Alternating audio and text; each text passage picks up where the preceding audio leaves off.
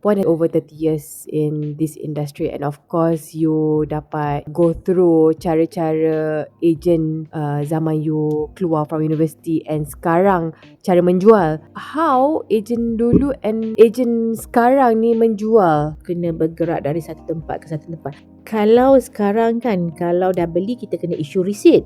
Pada ketika tu adalah receipt is a physical receipt lah.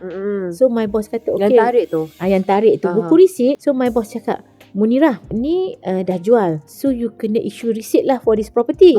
We are so independent. Bagi saya adalah satu perkara yang memang fail lah kalau saya tak boleh buat. Nak menceritakan as simple as issue receipt ni pun kena ada ilmu, kena ada pengetahuan macam mana nak issue receipt. Tengoklah dengan kat ATP tu, issue lah nama dia, berapa harga, amount dia. Lepas tu masa dulu bila nak issue receipt tu kena ada stamp. Okay, Stamp hasil lah pada kerajaan. So ambil pakai air, bukan pakai air liur ya. Lepas tu tepek kat atas tu. Lepas tu punyalah naif, punyalah tak belajar dan tak nak tanya.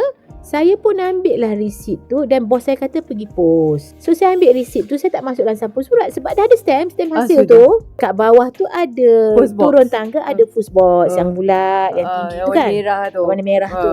So saya pun pergi ambil, masuk dalam tu. Lepas tu tak tulis address, tak ada apa sebab dah ada stamp. Lepas tu dah balik tu termenung, apa aku buat? Kenapa aku post? Habis tu receipt tu nak pergi mana?